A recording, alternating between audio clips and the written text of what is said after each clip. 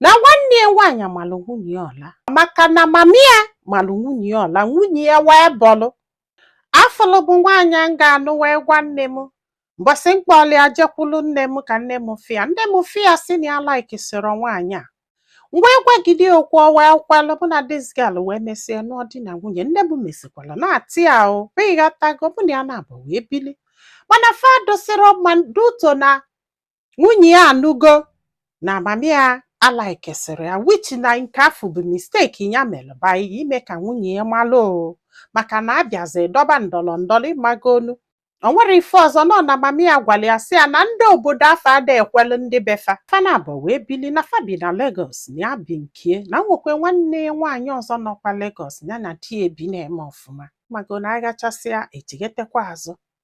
ọntele papia wee nwụọ ka papia nwụrụ mami ya wee nọrọ sọsọ ya na village duto na ha bugogolo akwamozu papia like 2 months time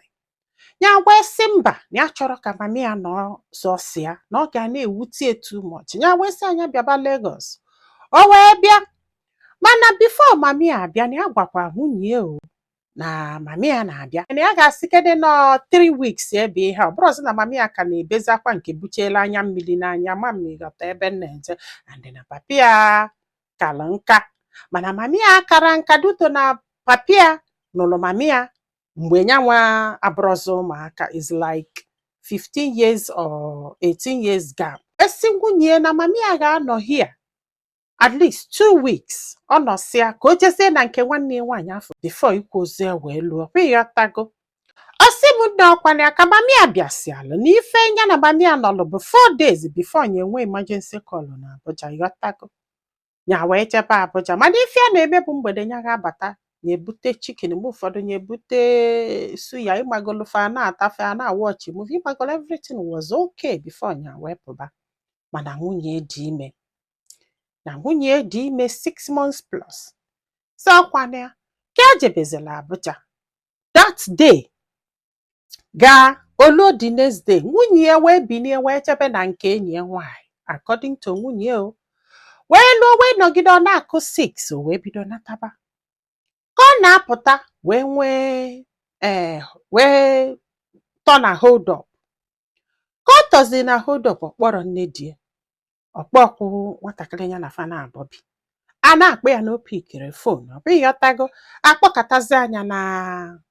fon ekwezi aga ha wee kpọọ ya everybody was worried ịghọta na afụrụ ya and nwunye nọgide ọ na-akụ ihe dịka 11 o wee na-abata mgbe o ji wee na-abata bata meghe ọnụ ụzọ fụ nne di ya ka ọ kwụ n'ọnụ ụzọ o wee sị ya kedu ebe o jebere o ghere ya ọnụ o wee sị ya kedu ebe o jebe mmadụ niile ji wee duworede na-akpọ ya nwaanyị dị ime si na oghere ọnụ kụchala ọkpa ka ọ baa o wee sị ya nwaanyị ka di ya emelụ travel o kwere dị ka ọ ga-ede o wee kwụgharịrị wee pụọ ị na-efegharịkwa ga-ebutekwa n'ọya bi nwa m nwaanyị dị ime na ya mara na nwaanyị dị ime ga-akwụgharịkwa olu pụọ ma ya abatana ma o nwere onye ọkpọ na fon ọ bụ ịghọtago ọ sị nwunye ya wee tọnụọ wee kwukwulu nne ya wee sị ya nọọ nkwụgharị ahụ ka ọ kwụgharịgide wee bute ọya wee bi die ji wee yagide wee nwụrụ o wee na-ebe kolokodai cheers mami ha wee tụtụ onye ọla ịkatasawai nwunye ya wee magwalụ ka ọ makwasịalụ nwanne ya nwoke wee bịazi adagbu n'etiti fana abụọ the next ọla nwunye ya chọrọ ịma mami again wee landịza n'iru nwanne ya nwoke akwa ịghọtago nwanne ya nwoke wee gbuo fa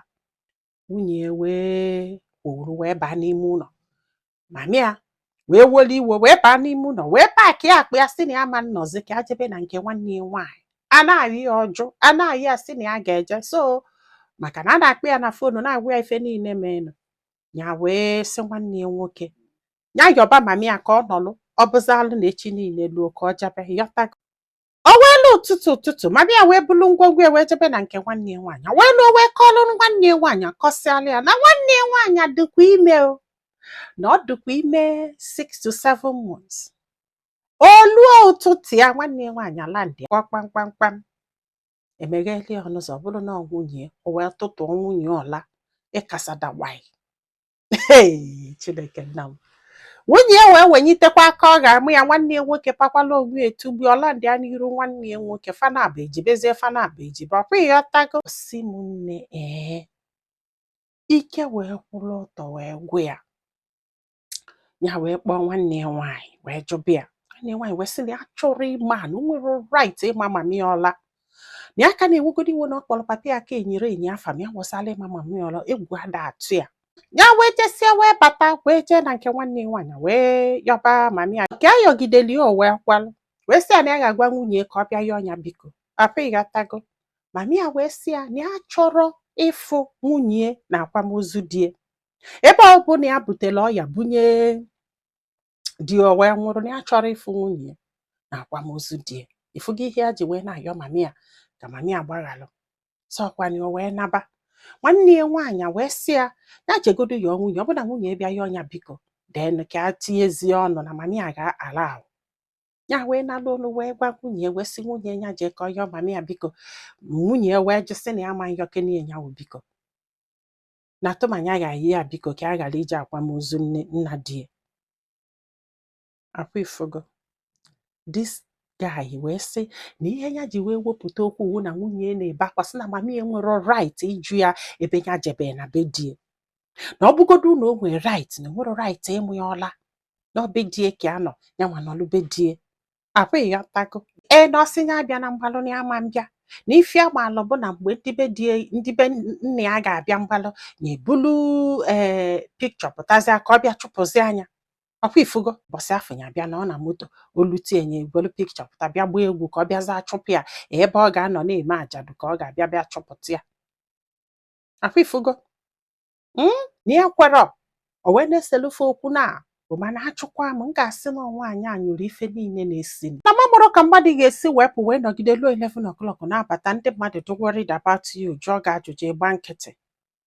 ịbụ nnọọ onye na-achọ ife na-akpọ onye na-achọ ife. Yes, ọ bụgodị na gị na that woman na-ese okwu ihe dọọlụ gị bụ isi a na ịtọkwa na traffic all those things a na kịta ekwu wouldn't have happened. Yes, ọ gị nwanyụrụ ife na-esini mana because na ọ nọ be gị na draw happy maka na ọsịsa anọ na gị emesịa nọba gị nyanwa bụ dị onete na o mere gị gburu gị egbu. Ma nwanne gị nwaanyị nke bịa mọọla ka akụọla ya aka mama ibelibe ịbịala bụla afọ ime 7 months ka ị bịa nụba ọgụ. Ọ bụ ndụ nna abụnụbala ọgụ bụ